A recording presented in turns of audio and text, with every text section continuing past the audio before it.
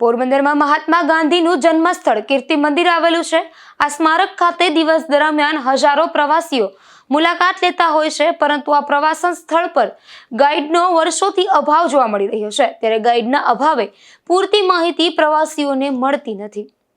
પોરબંદર જિલ્લા તેમજ શહેરમાં અનેક પ્રવાસન સ્થળ આવેલા છે, જેમાં પોરબંદર શહેરમાં દેશ વિદેશમાં ખ્યાતનામ એવા મહાત્મા ગાંધીનું જન્મસ્થળ કીર્તિ મંદિર પણ આવેલું છે।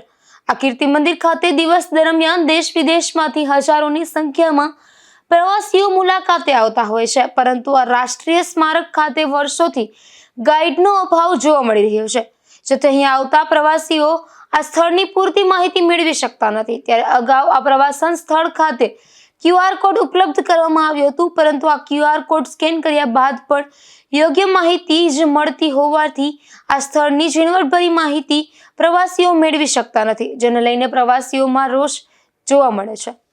નિપુલ પોપટ સાથે અશોક થાનકી, ગુજરાત ન્યૂઝ, પોરબંદર।